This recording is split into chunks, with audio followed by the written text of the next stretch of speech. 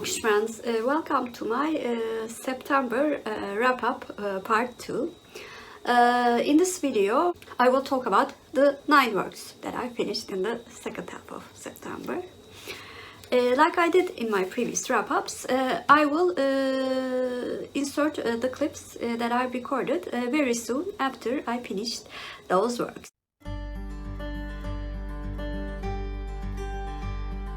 Today is the 18th of September and I finished one book that I was reading for more than 2 months and decided to DNF a book that I was reading for shaketember. The book that I finished was Jonathan Strange and Mr. Norrell by Susanne Clarke.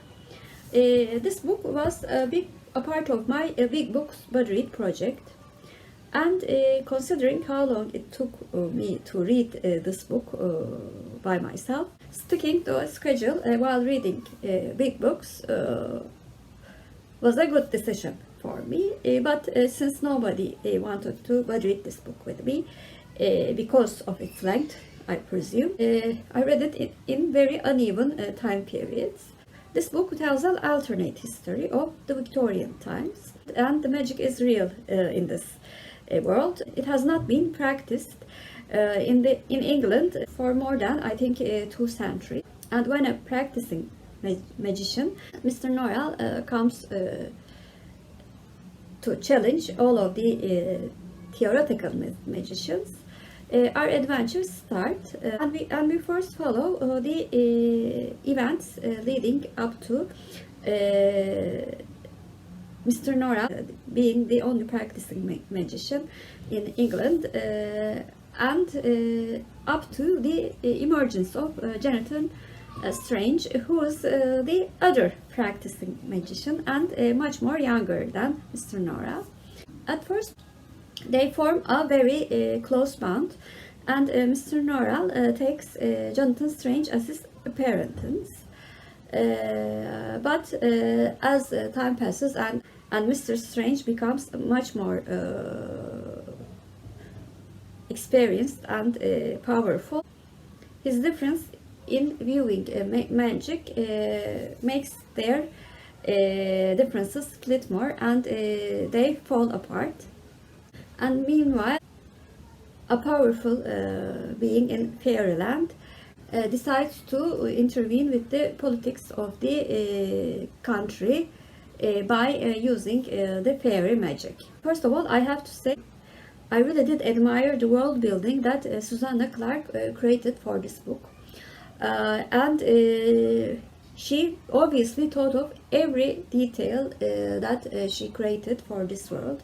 There were many footnotes which I could not read every one of them. And I also really liked the inclusion of real characters with the imaginary characters, and it was interesting how the magic seemed to cause many incidents that happened in the history of Europe especially. On the other hand, I have to say, when I finished the book, I felt like I finished 4 books, maybe because of the detail in the stories. I felt a bit overwhelmed, especially in the middle of the book. But after 70%, the plot became very engaging, and all of the storylines seemed to connect with each other. I'm very glad I read this book in small doses most of the time, because it is a book to be analyzed and comprehend very slowly. At least it was for me. If I had tried to read it in a shorter time period, I would have missed some of the very interesting details that Clarke put in her story. I will certainly read more books from Clarke, because I think she has an excellent writing style. Pregnancy is already on my TBR because of Booktuber recommendations, and I am much more excited to read that book. I thought Jonathan Strange and Mr. Norrell was a very good piece of fiction work, and I gave the book an 8 out of 10. The work that I DNF'd, which I was reading for Shaketember was Love Sonnets by William Shakespeare, a poetry collection. Oh, my original aim for September was to read one sonnet each day so that I would finish the book through the month of September.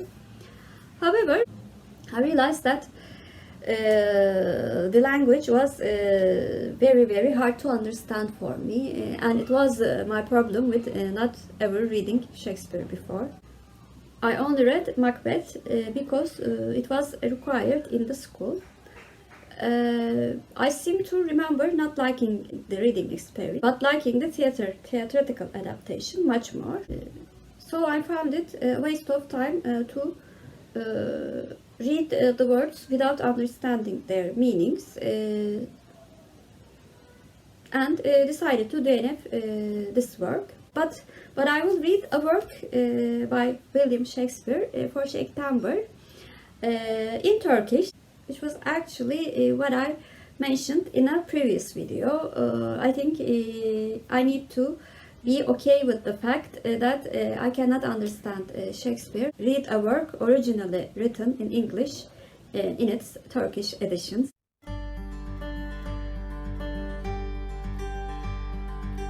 Today is the 20th of September, and I finished The Boyfriend Material by Alexis. I've been reading this book for the autumnamour theme of week 3, to haves or have-nots. One of the leads in the story had no problem with monetary means, while the other was in danger of losing his job. So I think it fitted both of the prompts with just one book. This book was also a booktuber recommendation from Clint from Reads Readers. It was one of the books in his best of 2021 video. In this book, Luke is in danger of losing his job because he seems to have a very wild life after breaking up with his boyfriend. He's also the son of a 70s rock star, so he's a semi-famous personality. Moreover, he's estranged from his father, and this affects his psychology very much.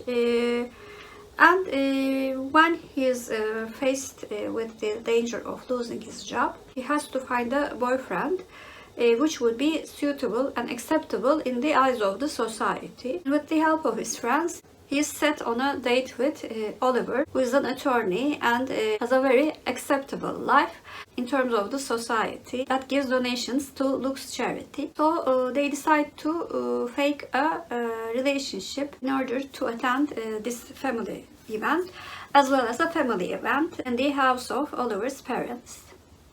And as the days pass, of course, their feelings and their relationships changes from fake to reality. Although I immediately liked the writing style of the author, the character of Luke was a bit annoying at first for me. He was sort of a drama queen, but because of his personal growth in this book, he became more and more endearing, and I really supported him with his relationship with Oliver.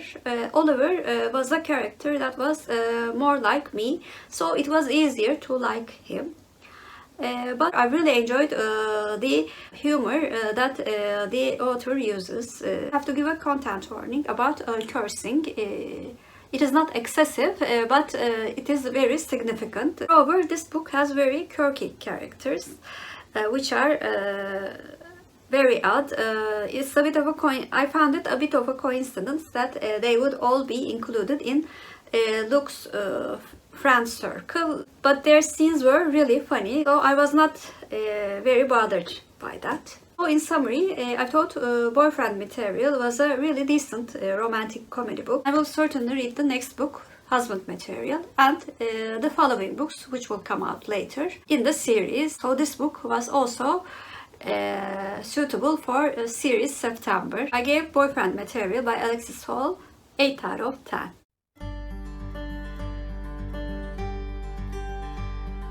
Today is the 21st of September, and I finished a very short audiobook today. I'm currently at holiday in Marmaris, one of the coastal cities in the Aegean Sea. And the middle grade book that I finished was the second book in a series. I read this book for series September actually, because I wanted to fill a prompt for doing 2 bingos in that card. Series September is co-hosted by Krista and Sarah. Anyway, the book that I finished was Wait What? Muhammad Ali Was a Chicken by Dan Gutman. I had previously read the first book, which was about Albert Einstein. Like the first book, I learned some very interesting details about Muhammad Ali's life in a very fun way. I could have more about Ali's life, but because I very recently watched the documentary about his life, I already knew some of the things, but not until very recently.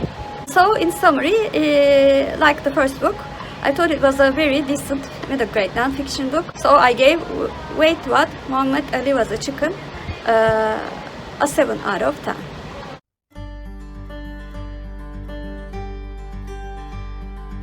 Today is the 23rd of September, and I finished 2 audiobooks yesterday. The first one was the play that I was listening for, Shaketember, Bir Yaz Gecesi Rüyası. The original title is A Midsummer's Night Dream. It is translated exactly the same in Turkish. This play is a comedy of Shakespeare. After DNFing the love sonnets from Shakespeare in English, I decided to give up on trying to understand Shakespeare in its original language. Started with a comedy, which is my favorite type of theatrical drama. It is a comedy of errors, and we follow the adventures of 3 couples who have been in love, not in love, and then enchanted, and then reunited again with the help of the fairies in the forest. There is a play which is going on at the background, telling all of these stories. Play in Turkish, I think, was a good translation. On the other hand, it had some phrases which would be specific to Turkish, so I guess it was not a direct translation, but it didn't diminish the very poetic and beautiful storytelling style of Shakespeare.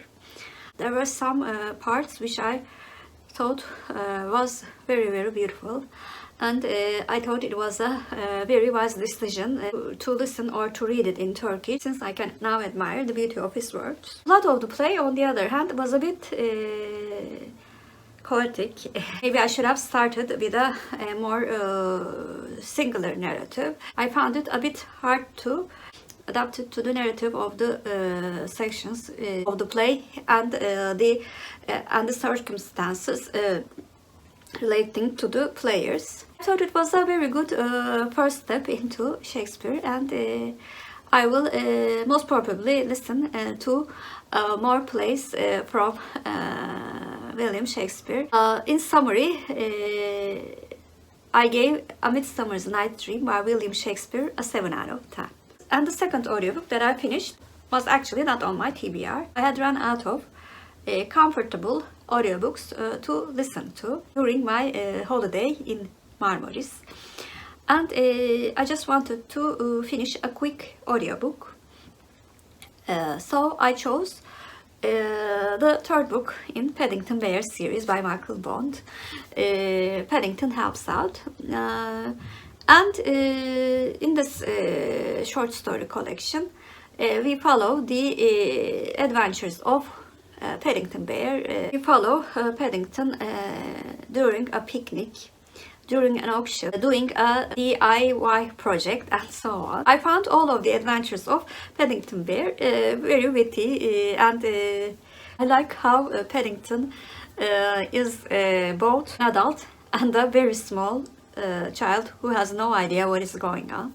My favorite short story in this collection was the one in which Paddington went to the auction and bought so many unnecessary things because he thought the kind gentleman was waving at him, and as a polite pair, of course, he needed to wave back. This was also a very solid book in Paddington Bear series, and I gave Paddington Helps Out by Michael Bond an 8 out of 10.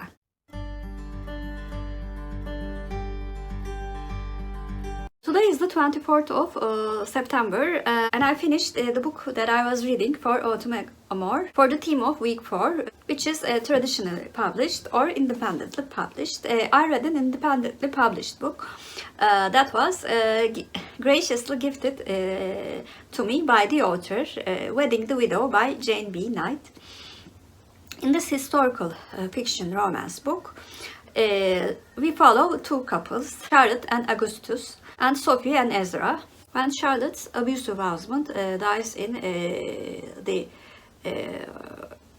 trail wagon that they were traveling, heavily pregnant Charlotte decides to get married and have a father for her child. When she comes to the nearest town, by the encouragement of the Reverend, Augustus, a carpenter who has lost his leg during a work accident, asks Charlotte to marry him. Charlotte accepts it. Our second couple, Sophie, gets to the town in which Ezra is living as a mail order bride. Sophie has been married before, but she is still a virgin because her husband was a homosexual. Ezra, who's actually a very antisocial man, has had relationships with experienced and professional women before. When he learns that Sophie is a virgin, he decides not to consummate their marriage since he is afraid of hurting her because he is a very big man and Sophie is a very petite woman. And throughout the chapters of the book, we follow those two couples to find love and happiness in their marriages. Being a fan of historical romance, I knew that I was going to like this book because Jane said that it has a very sweet romance. And she was very, very right. I loved all of the characters. And of course, that has made me to root for the couples much, much more. Even though the act of consummation plays a very, very big role in both of the couples' relationships, I thought it was handled very romantically, which actually does not happen in some of the more spicy books that I read. I really did like Jane's writing style. It was very clear and also very, very engaging.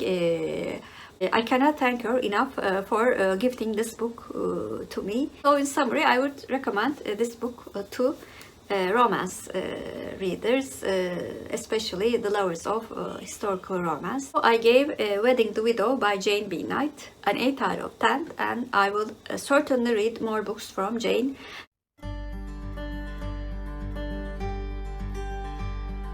Today is the 26th of September and I finished a Turkish non-fiction audiobook that I was listening in my application. Hikaye Anlatıcısının Yolculuğu by Nuri Sevsem Gürvardar. The title can be translated as The Journey of the Storyteller. The concept of storytelling in every part of the life, including books, written media, marketing, entertainment business, and many, many more, are analyzed in detail. And the book includes examples from worldwide as well as very specific examples belonging to Turkey. The book also contains some exercises for readers who want to be authors. I originally thought this book was a fiction book, including short stories, and I was very, very wrong about it. But I think this was the most pleasantly surprising books that I have read this year. I really did like the author's writing style. He actually used his own advice to use the art of storytelling in every part of the book. Although this is a non-fiction book, it never felt like a boring textbook. I really identified and understood the examples given by the author because he was probably only 5 years older than me, and he clearly had a similar education as I did, and most probably he loved books. So it was a case of identification with the author, as well as strongly supporting the general theme of the book, which emphasizes the importance and the strength of storytelling, its relation with the concept of success in every part of our lives. The best part for me, of course, was the chapters in which he described how a story that affects the reader can be written or told. Although I never wanted to be an author, I found it very useful to understand why I like some stories and do not like some others. I think this book would also help me to analyze the books as a booktuber. I gave bir hikaye anlatıcısının Yolculuğu by Nuri, Sevsem, Gürvardar a 9 out of 10.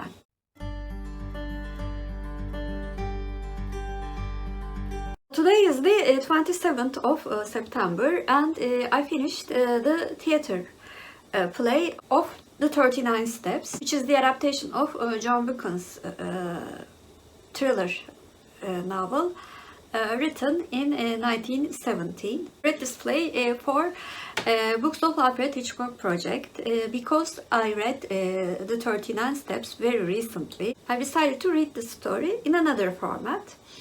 I had previously seen the theater play, and I thought that it was one of the hilarious plays that I have ever seen on stage. The story in this play takes place in the mid-1930s instead of the period before World War I.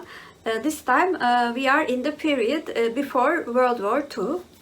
And the threat is still Germans, for England, of course. Like in the book, Richard Hannay is trying to discover the secret of the 39 steps while trying to prevent a state secret being transferred overseas to Germany. Other than this very general theme, nothing is the same as the original book. It was really a very good witty parody of the original book, as well as the spy thrillers of 1930s and 40s, as well as a parody of Alfred Hitchcock movies. Actually, there were some direct references to the movies, such as North by Northwest, and of course the male character was very, very handsome, which is not the case in the original John Buchan book, but in the movies, especially directed in 1940s and 1950s by Alfred Hitchcock. So this was the perfect play for Books of Alfred Hitchcock project as well. I really liked the idea of play having only 4 actors playing the numerous characters. A small theater company goes on a tour, perform the 39 steps, but because of economical hardships, only four actors are left in the play, and also because they are poor, they have to makeshift some of the decors and art design, and that made the play extra hilarious when you saw it on the stage. And I have to give an additional praise for the excellent Turkish translation that I saw on the stage. It was actually funnier than the original play, with jokes which are specific to the Turkish language and Turkish people. Because of all the good memories that reading this play brought back to me, I gave an additional 1 point and gave the play adaptation of an 8 out of 10.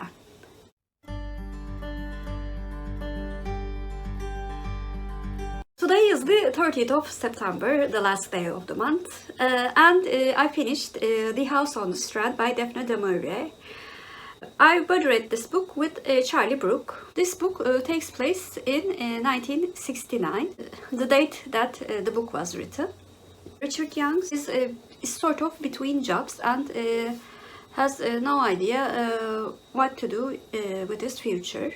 He is offered by his childhood friend, Professor Magnus, to stay in his holiday house. And when he is there, Magnus makes an offer to be a part of a scientific project that he is doing. By taking a drug, he finds himself transported back to 1330s England at the same location.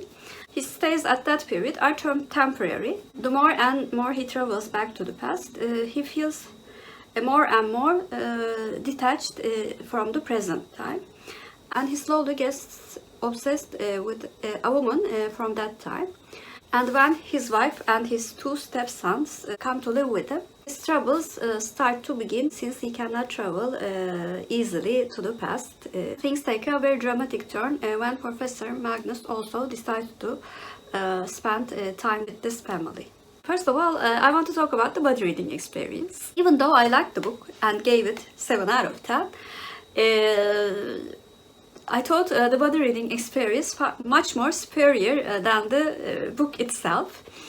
We had lots of fun ranting about the main character and the frequent use of a short version of his name, which fits the personality of Richard. This book was very interesting. It was written very, very well.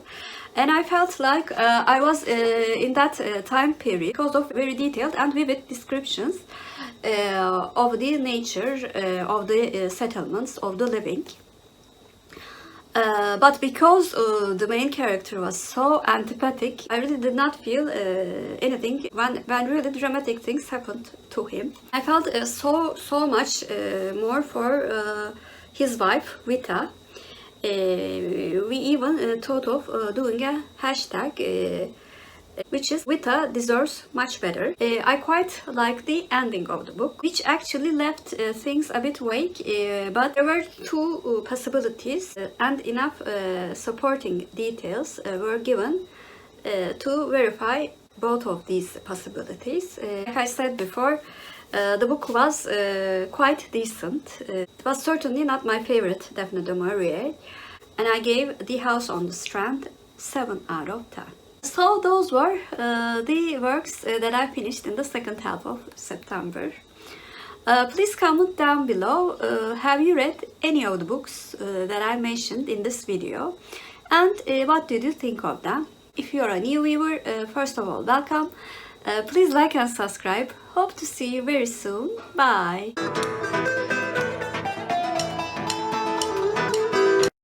As for Turkish word of the day, I'm going to choose chicken. Chicken means tavuk in Turkish, and tavuk is our Turkish word of the day. Have a good day.